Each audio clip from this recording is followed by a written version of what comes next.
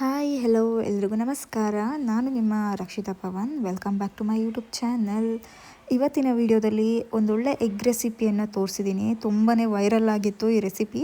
ತುಂಬ ಜನ Bollywood celebrities ಅವ್ರ ಇಂಟರ್ವ್ಯೂಯಲ್ಲಿ ಹೇಳ್ಕೊಂಡಿದ್ರು ನನ್ನ ಫೇವ್ರೆಟ್ ಅಂದರೆ ಇದು ಅಂತೇಳಿ. ಇದನ್ನು ಶಕ್ಷುಕಾ ಅಂತ ಕೂಡ ಕರೀತಾರೆ. ಫಸ್ಟು ನಾನಿಲ್ಲಿ ಎಗ್ ರೆಸಿಪಿಯನ್ನು ಮಾಡೋದಕ್ಕೆ ಒಂದು ಪ್ಯಾನ್ನ ಇಟ್ಕೊಂಡಿದ್ದೀನಿ. ನೆಕ್ಸ್ಟು ಪ್ಯಾನ್ಗೆ ಒಂದು 2 ಸ್ಪೂನಷ್ಟು ಎಣ್ಣೆ ಹಾಕ್ಕೊಂಡು, ಎಣ್ಣೆ ಬಿಸಿ ಆದಮೇಲೆ ಸಣ್ಣದಾಗಿ ಕಟ್ ಮಾಡಿರೋ ಬೆಳ್ಳುಳ್ಳಿಯನ್ನು ಹಾಕ್ಕೊಂಡಿದ್ದೀನಿ. ಬೆಳ್ಳುಳ್ಳಿ ಜೊತೆಗೆ ಒಂದು ಈರುಳ್ಳಿಯನ್ನು ಸಣ್ಣದಾಗಿ ಕಟ್ ಮಾಡಿ ಹಾಕ್ಕೊಂಡು ಈ ರೀತಿ ಫ್ರೈ ಮಾಡ್ಕೋಬೇಕು ಎಣ್ಣೆಯಲ್ಲಿ. ಈರುಳ್ಳಿ ಮತ್ತು ಬೆಳ್ಳುಳ್ಳಿ ಎರಡೂ ಅಷ್ಟೇ ಎಣ್ಣೆಯಲ್ಲಿ ಚೆನ್ನಾಗಿ ಫ್ರೈ ಆಗಬೇಕು.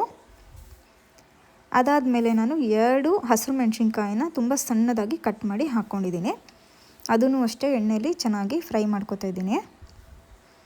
ಈರುಳ್ಳಿ ಸಾಫ್ಟ್ ಆಗಬೇಕು, ಅದಕ್ಕೆ ನಾನಿಲ್ಲಿ ಒಂದು ಸ್ವಲ್ಪ ಉಪ್ಪನ್ನು ಕೂಡ ಸೇರಿಸ್ಕೊತಾ ಇದ್ದೀನಿ.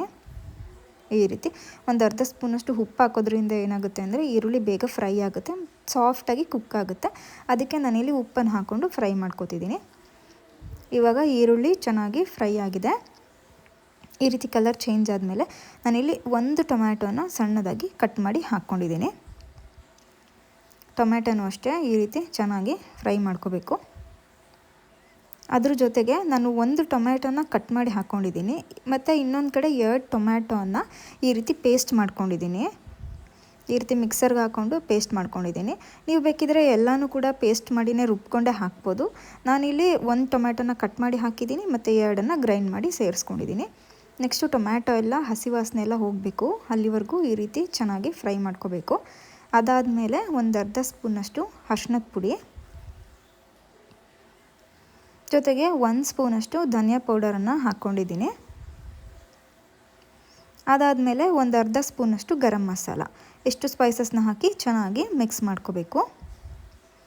ಇದು ಅಷ್ಟೇ ಒಂದು 2 ನಿಮಿಷ ಕುಕ್ ಆಗೋದಕ್ಕೆ ಬಿಡಬೇಕು. ಟೊಮ್ಯಾಟೊ ಫುಲ್ಲು ಸಾಫ್ಟ್ ಆಗಬೇಕು, ಅಲ್ಲಿವರೆಗೂ ಕೂಡ ಈ ರೀತಿ ಚೆನ್ನಾಗಿ ಮಿಕ್ಸ್ ಮಾಡ್ಕೊಂಡು ಫ್ರೈ ಮಾಡ್ಕೋಬೇಕು. ನೋಡಿ, ಇವಾಗ ಟೊಮ್ಯಾಟೊ ಎಲ್ಲ ಫ್ರೈ ಆಗಿ ನೀರು ಬಿಟ್ಟಿದೆ. ಈ ಟೈಮಲ್ಲಿ ನಾನು ಉಪ್ಪನ್ನ ನೋಡಿಕೊಂಡು ಮತ್ತೆ ಉಪ್ಪನ್ನ ಸೇರಿಸ್ಕೊತಾ ಇದ್ದೀನಿ. ರುಚಿಗೆ ತಕ್ಕಷ್ಟು ಉಪ್ಪನ್ನು ಹಾಕೋತಾ ಇದ್ದೀನಿ. ಇನ್ನೊಂದು ಸಲ ಈ ರೀತಿ ಚೆನ್ನಾಗಿ ಮಿಕ್ಸ್ ಮಾಡ್ಕೋಬೇಕು. ಅದಾದಮೇಲೆ ಸಣ್ಣದಾಗಿ ಕಟ್ ಮಾಡಿರೋ ಕೊತ್ತಂಬರಿ ಸೊಪ್ಪನ್ನು ಲಾಸ್ಟಲ್ಲಿ ಹಾಕ್ಕೊತಾ ಇದ್ದೀನಿ. ಇದನ್ನು ಅಷ್ಟೇ ಇನ್ನೊಂದು ಸಲ ಚೆನ್ನಾಗಿ ಮಿಕ್ಸ್ ಮಾಡ್ಕೋತಾ ಇದ್ದೀನಿ.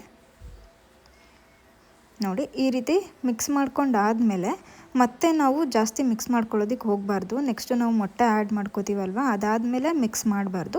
ಏನೇ ಹಾಕೋದಿದ್ರು ಅದಕ್ಕಿಂತ ಮುಂಚೆನೇ ಈ ರೀತಿ ಐಟಮ್ಸ್ನ ಹಾಕ್ಕೊಂಡು ಚೆನ್ನಾಗಿ ಮಿಕ್ಸ್ ಮಾಡಿಕೊಂಡು ನೆಕ್ಸ್ಟು ಒಂದೊಂದೇ ಮೊಟ್ಟೆನ ಈ ರೀತಿ ಬೌಲ್ಗೆ ಒಡೆದು ಹಾಕ್ಕೊಂಡ್ಬಿಟ್ಟು ಈ ರೀತಿ ನಿಧಾನಕ್ಕೆ ಹಾಕಬೇಕು.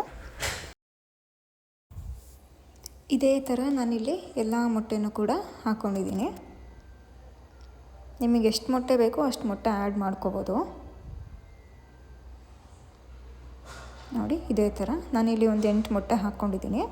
ಮೊಟ್ಟೆ ಹಾಕಿದ್ಮೇಲೆ ಸ್ಪೂನ್ ಹಾಕಬಾರ್ದು, ಈ ರೀತಿ ಮುಚ್ಚಿ 1 ನಿಮಿಷ ಬೇಯಿಸ್ಕೋಬೇಕು.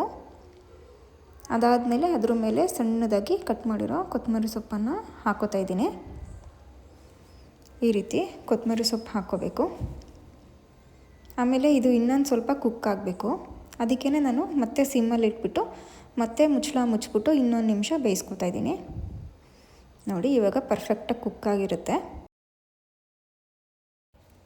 ಇಷ್ಟು ಮಾಡಿಕೊಂಡ್ರೆ ಸ್ಪೆಷಲ್ ಶಕ್ಷುಕಾ ಅಥವಾ ಎಗ್ ಗ್ರೇವಿ ರೆಡಿಯಾಗಿಬಿಡುತ್ತೆ.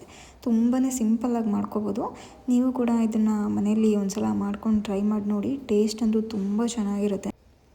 ಇದನ್ನು ನೀವು ಚಪಾತಿ ಜೊತೆಗೂ ತಿನ್ಬೋದು, ದೋಸೆ ಅಥವಾ ರೊಟ್ಟಿ ಮತ್ತು ಬಿಸಿ ಅನ್ನ ಜೊತೆಗೂ ಕೂಡ ತಿನ್ಬೋದು. ಎಲ್ಲದರಲ್ಲೂ ಕೂಡ ಕಾಂಬಿನೇಷನ್ ಇದು ಸಖತ್ತಾಗಿರುತ್ತೆ. ನೀವು ಒಂದು ಸಲ ಟ್ರೈ ಮಾಡಿ ನೋಡಿ.